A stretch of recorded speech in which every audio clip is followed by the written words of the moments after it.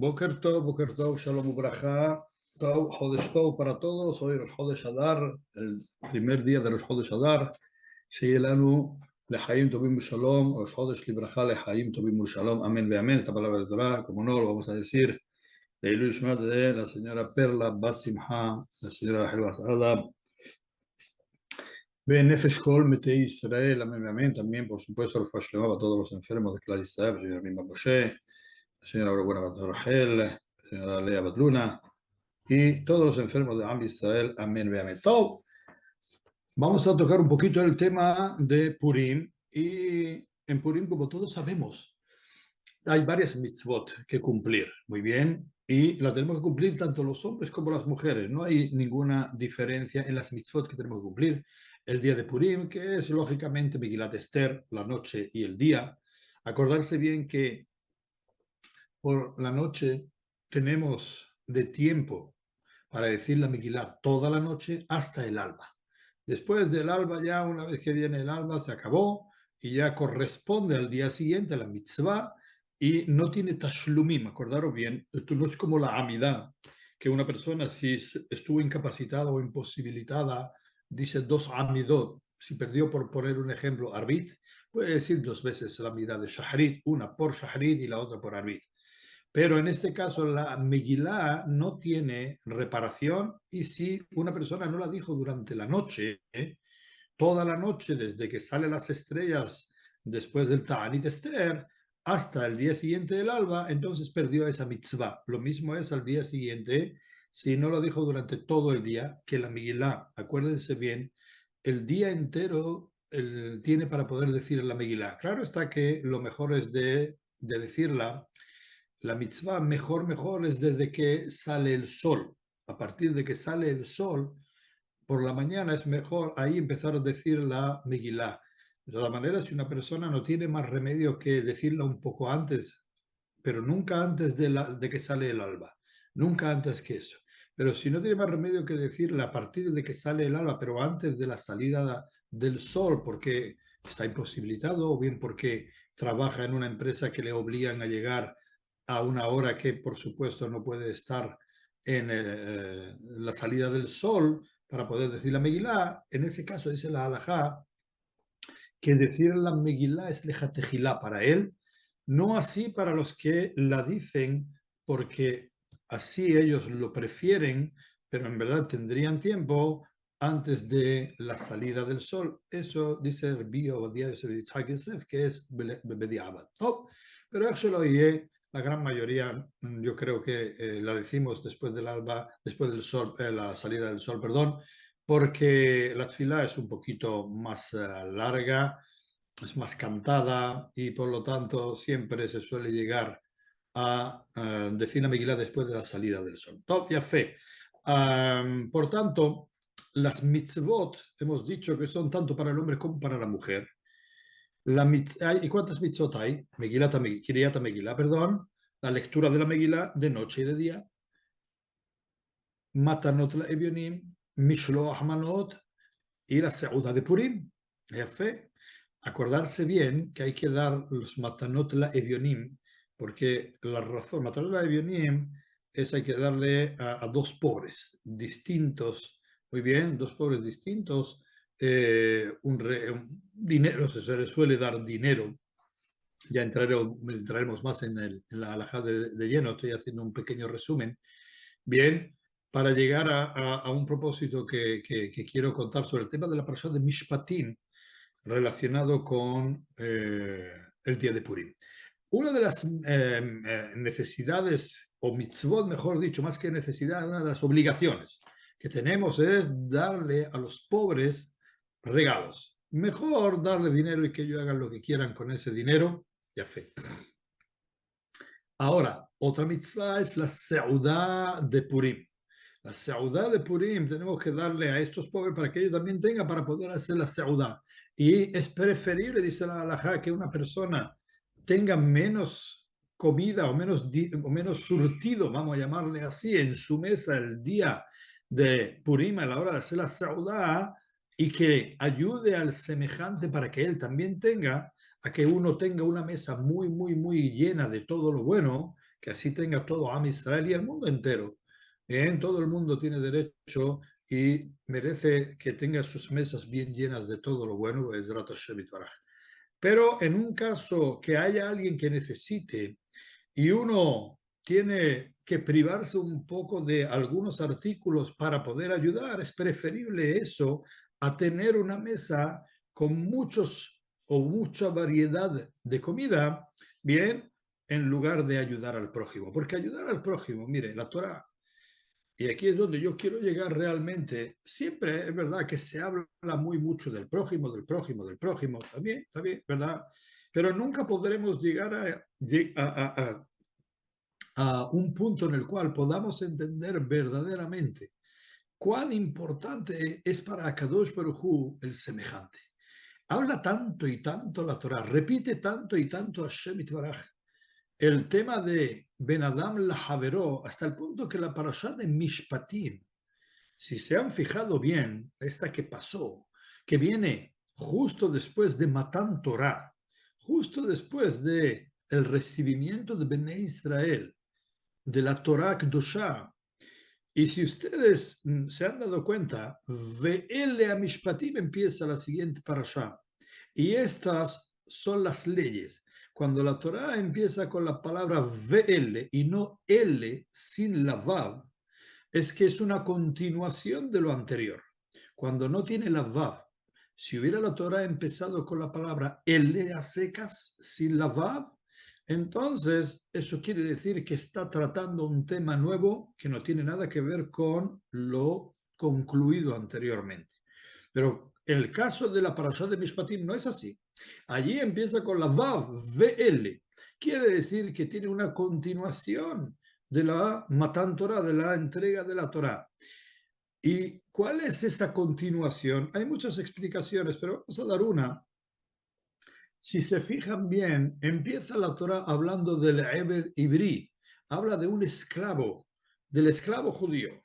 ¿Por qué, preguntan nuestros sabios, la Torah no empezó la parashá siguiente a Matan Torah, a la entrega de la Torah, con algo relacionado entre Akadosh Baruj Hu y el ser humano? Algo, digamos, más espiritual, más elevado, mucho más elevado. ¿Por qué tuvo que empezar con un esclavo? Que el personaje compra un esclavo. Vienen Jajamim y nos explican la importancia que Akadosh Baruj Hu le da a las relaciones entre una persona y su semejante, hasta el punto, dicen Jajamim, que para Akadosh Baruj Hu es mucho más importante la relación entre uno y su semejante, el kavod entre uno y su semejante, el que una persona, la consideración que tiene que tener uno con el semejante, el no avergonzar uno a su semejante, el ayudar, el apoyar, el levantar al semejante cuando cae. Para Hashem es más importante que relación entre él y nosotros. Entre Kadosh Baruj Hu, que es todo ruhanito espiritual, y el ser humano es mucho más importante para Kadosh Baruj Hu, las relaciones entre nosotros. Él dice, verdad que nosotros tenemos que tener el kavod y tener, eso no hay ninguna duda, Boré Olam es lo máximo. Pero tenemos que hacer la voluntad de Hashem Yitbaraj. Y la voluntad de Hashem Yitbaraj, bien, es sobre todo las relaciones entre las personas, entre los humanos. Estamos viviendo momentos un poco difíciles, y digo estamos viviendo, y no están viviendo, porque lo que ocurre en la tierra sagrada, en Eretz Israel, nos repercute a todos. Si hay problemas, si hay entre uno con otros, hay diferencias, eso nos duele a nosotros. Y si nos duele, es señal de que hay una repercusión también con respecto a nosotros, incluso que no estemos viviendo allí en estos momentos, incluso que no estemos allí en estos momentos. Pero las noticias que nos llegan de la Tierra Santa, de Eretz Israel, de lo que está pasando con respecto a la reforma judicial y otros problemas con el gobierno y la calle, la gente de la calle, lo que es también el tema de los jueces, ¿verdad? No voy a entrar, claro, está en política porque no entiendo quién lleva razón o quién no lleva razón, ni voy a ponerme a juzgar a nadie, por supuesto que no. Yo miro otra cosa que es lo que está ocurriendo afecta a las relaciones entre un judío y otro, Eso sí es peligroso, mucho más peligroso que cualquier otra cosa o cualquier enemigo del exterior. Es mucho más peligroso para el Am Israel. Bien, y por lo tanto, tenemos que hacer mucha tefilá, pero no solamente tefilá, hacer acciones. Como dijo Hashem Itbaraj, no me chilles, no me grites, ¿para qué me estás gritando tanto? Dile que tiren para adelante, quiero acciones, no dichos, no palabras. Aquí igual, Hashem Itbaraj, seguro que no le gustan estas discusiones. No digo que no tengan que haber discusiones a la hora de gobernar en un país. Claro está que hay diferencias, seguro que sí. Pero cuando se llega a unas diferencias que pueden traer odio entre los mismos hermanos, sobre todo Yehudim en este caso, que nos afecta de lleno y nos afecta de forma directa, tenemos que intervenir todos. Cuando digo tenemos que intervenir todos, somos también los que estamos fuera de Eretz Israel, no solamente los que están allí. ¿Y cómo intervenimos nosotros? Haciendo tefilá Hashem y Torah. No tenemos otro arma. Nosotros no tenemos otra cosa. Entonces nosotros tenemos que intervenir desde fuera haciendo tefilá Hashem y Torah y con acciones en mejorar nuestro servicio a Hashem para que Hashem acepte nuestras tefilot y les dé jochma a las personas para llegar a acuerdos. Es importantísimo tener jochma, no empecinarse en las cosas y decir yo llevo razón y aquí me planto. Y eso es importante, no solamente lo que está pasando en Eretz Israel, es importante también en la vida cotidiana de cada uno y uno de nosotros. Miren, en la parashá de Mishpatim, Akadosh Baruj Hu dijo una ley que el mundo entero la coge al pie de la letra, pero los Yehudim no lo cogemos de forma literal. Y es la ley de Ain Tahat Ain, Shen Tahat Shen, bien, y Yad Tahat Yad, Regel Tahat Ragel, Kevia Tahat Kevia. Cuando dice el ojo por ojo y el diente por diente, bien, que ese es el dicho muy famoso, eso proviene de la Torá, no proviene de otro lugar. Pero cuando dice ojo por ojo, diente por diente, etcétera, etcétera, si nos fijamos en los comentarios de Rashi, vamos a ver que en verdad lo que dice la Torá, Ain Tahat Ain, no quiere decir literalmente como lo entiende mucha gente, que es ojo por ojo.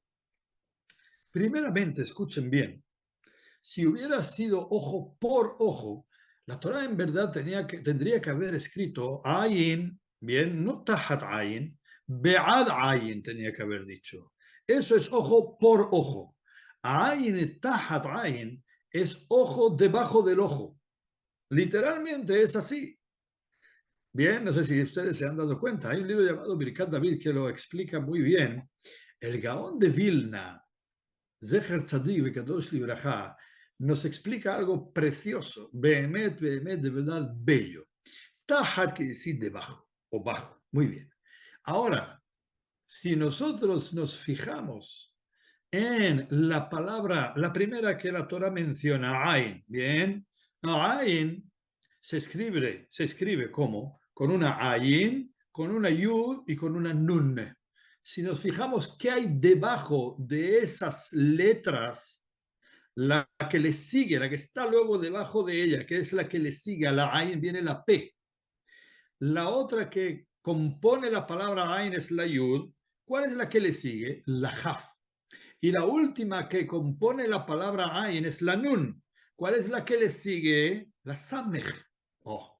Por tanto, tenemos debajo de las tres letras Ain y Yud y Nun que conforman la palabra Ain, debajo tenemos la P, tenemos la Jaf y tenemos la Samech. Si nosotros conjuntamos estas tres letras en orden, la ponemos en un orden, ¿saben qué sale allí? Tenemos la palabra Jaf, ¿bien? La ponemos la primera.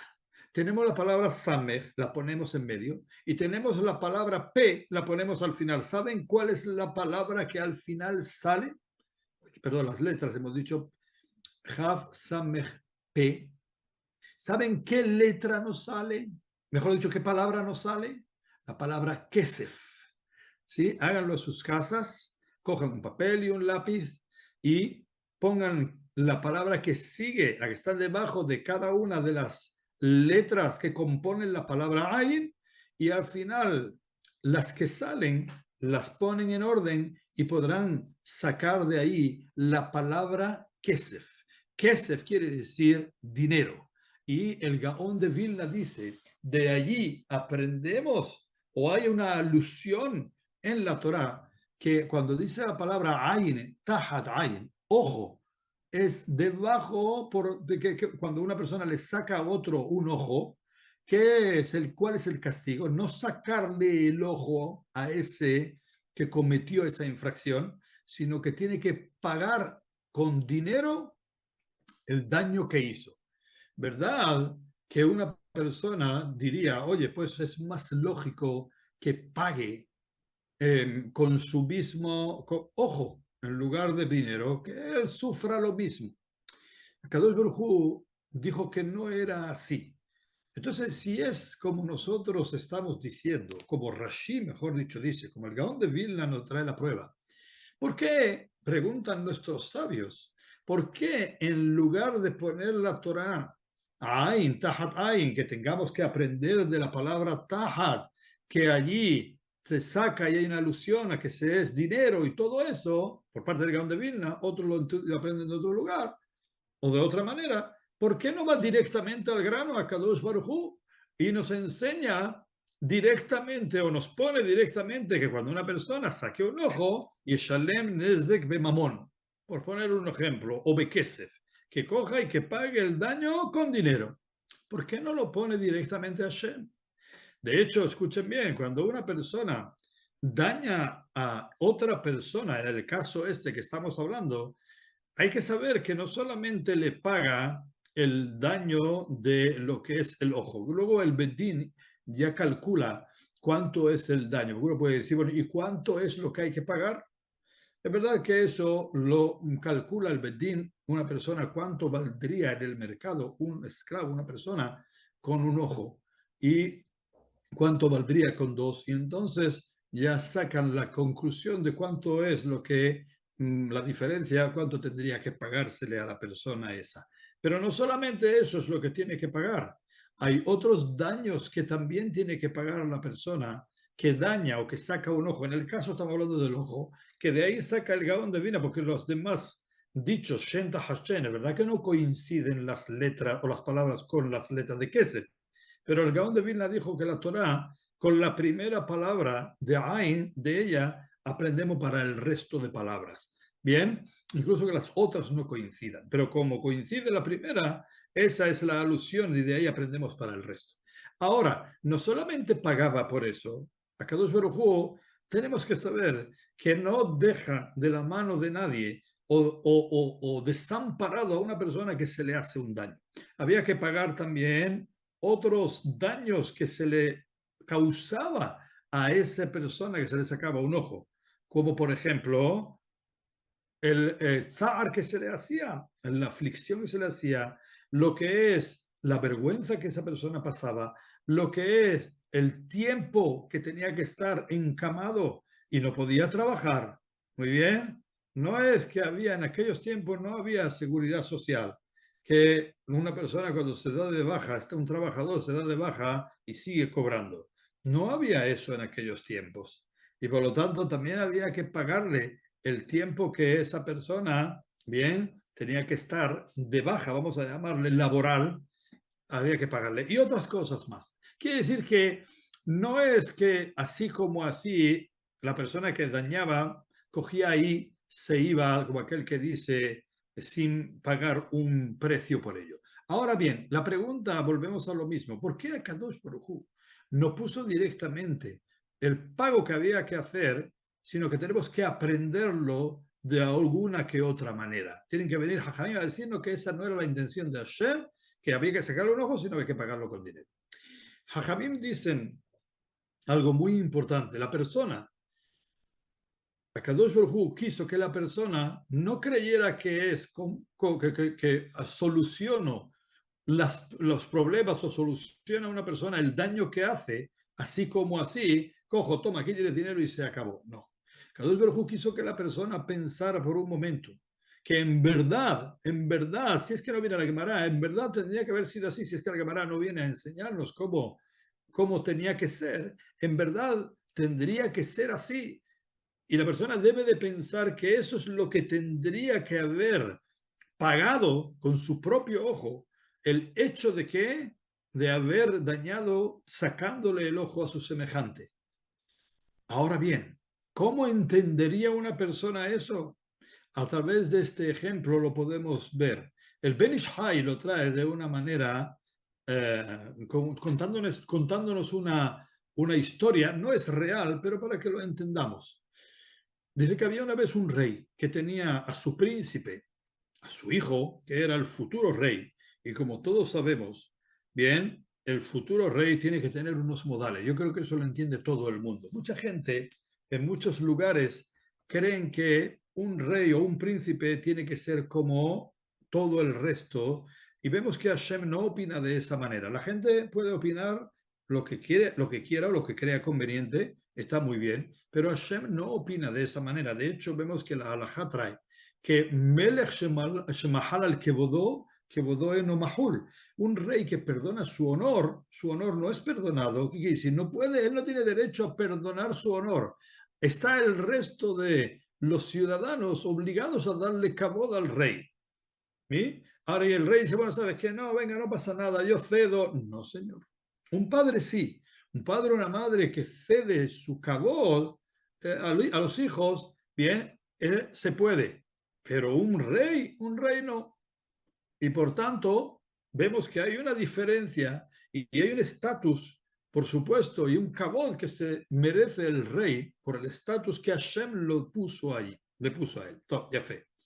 Ahora, todos sabemos que un príncipe no se puede comportar como le dé la gana en la calle y necesita y es obligado de que necesita unos estudios, necesita unos aprendizajes especiales, cosa que otras personas, ¿verdad? Que también todo el mundo debe de ser educado, pero no es lo mismo el andar por la calle siendo príncipe que siendo una persona normal. Vuelvo a decir lo mismo, una persona normal, por supuesto, que debe de tener su educación, se debe de enseñar y su cabot, todo eso seguro que sí. Bien, pero yo creo que entendéis a lo que estoy, a lo que me refiero.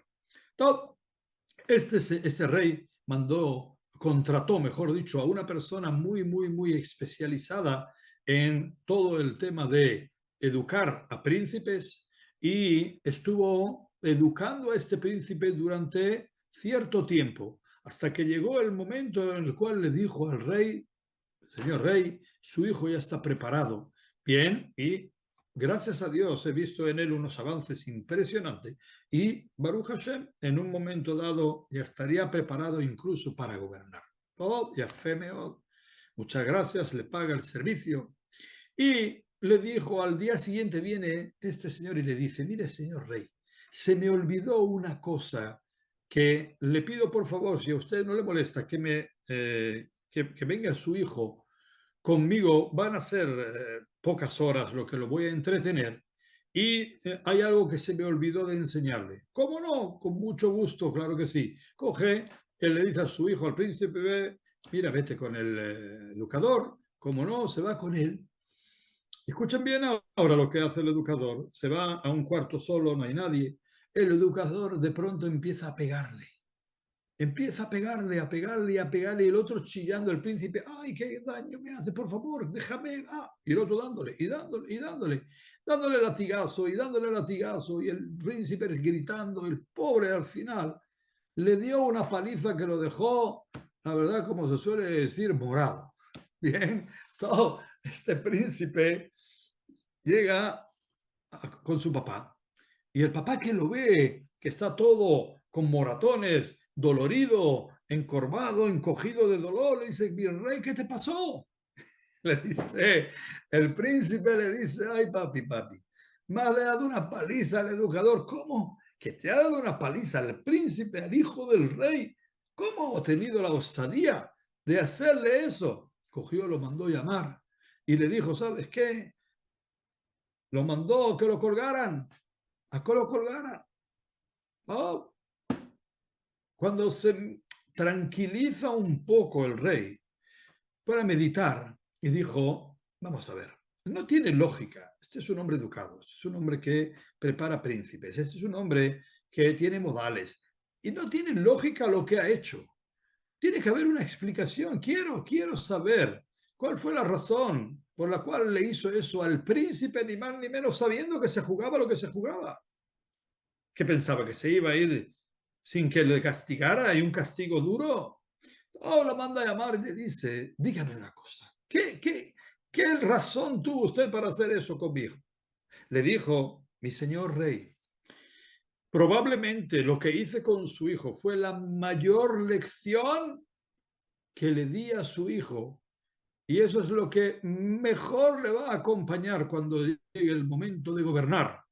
Le dijo, explíquese que no le entiendo nada. Le dijo, mire, su hijo, cuando llegue el momento de gobernar y alguien robe, alguien haga alguna fechoría, y su hijo, porque antiguamente los reyes eran los que mandaban, y su hijo edicte una sentencia y diga, ¿sabes qué?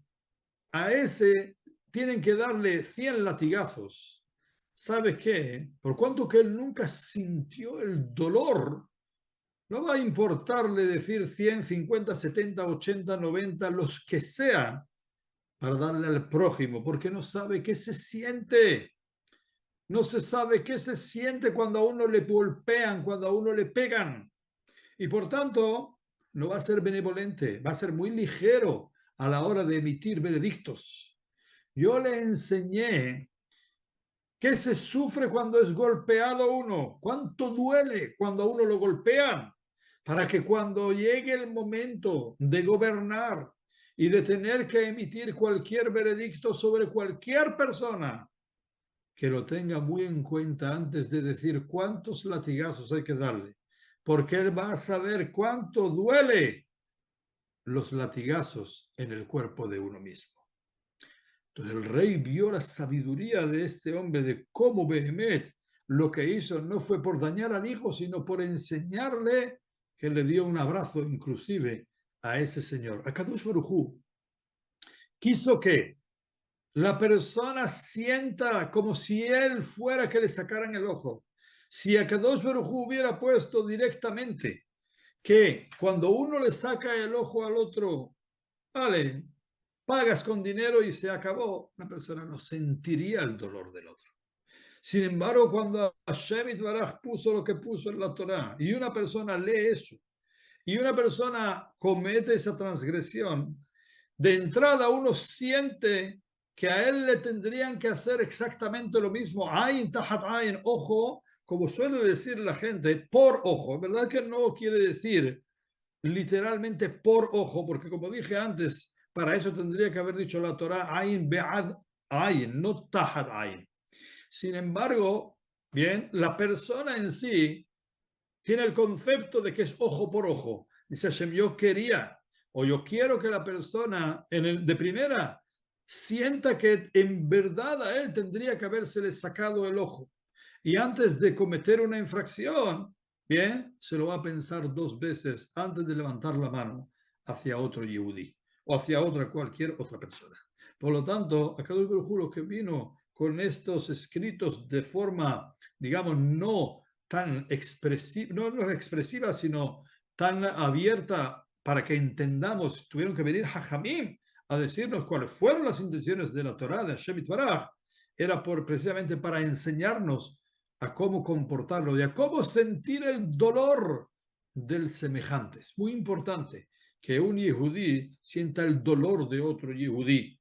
Sin eso es muy difícil que una persona pueda dar tzedakah, que una persona pueda hacer hesed al otro yehudí. Si no lo siente, no es lo mismo dar por pena que dar por mitzvah, por obligación. Por pena a todo el mundo. El mérito es dar cuando te sientes obligado, porque así Hashem te obliga. Cuando uno cumple verdaderamente la mitzvah, cuando uno da porque así la Torah me obliga. Cuando uno da por pena, no es que no sea mitzvah. Sí es mitzvah, pero no es una mitzvah minamubahar. No es de la selecta. ¿Por qué? Porque no lo hago porque Hashem me lo encomienda. Hay una gran diferencia entre hacer algo porque la lógica me da a hacer algo porque la Torah me obliga. Hay mucha gente que hace muchas cosas. Bien, de hecho, los que no tienen la Torá también tienen leyes y aplican la ley. ¿Pero por qué? Por civismo lógico, si no, madre mía, ¿qué sería del mundo? Que está muy bien. Pero nosotros es diferente. Y es por eso que la Torá trae la palabra Ve'ele Mishpatim, justo después de Matan Torah, de la entrega de la Torá, viene la parashá de las leyes civiles entre una persona y su semejante, para enseñarnos y para decirnos que también que las leyes civiles, nosotros de verdad que la lógica nos da que hay que hacerla, pero que no las cumplimos porque la lógica nos da para hacerla, sino porque Hashem nos encomendó de hacerlas. Y ahí varía muy mucho el hecho de hacer esa mitzvah, varía muy mucho la importancia, el valor que tiene esa mitzvah. El hacerlo por lógica a hacerlo porque Hashem lo encomienda. Por tanto, nos quedamos con esto. Y Purim, una de las mitzvot es Matanot Laevionim, precisamente para ayudar a esos pobres, para que ellos también tengan para sentarse a la mesa el día de Purim y puedan hacer sus seudot igual que el resto de Yehudim, que Baruch Hashem les va bien y tienen para poder llenar sus mesas. También tenemos que pensar en esos otros Yehudim pobres que tienen que sentarse a la mesa el día de Purim para cumplir con la mitzvah de Seudat Purim, que tengan sus mesas igual de llenas que las tenemos el resto, que económicamente Baruch Hashem va bien. Por tanto, que Hashem Dvarach, me queda solo decir que tengáis un Hodesh Me'ulé, un Hodesh estupendo, un Hodesh Tov, un inicio de mes maravilloso, lleno de Berajá, lleno de Atzlajá, y que veamos ese Shalom dentro de la tierra de Israel con nuestros hermanos Yehudim, que todo se solucione y que todos veamos la venida de Mashiach Tzidkenu y Merab Yamenu. Amén. Hodesh Tov, buen día y Berajá de Atzlajá.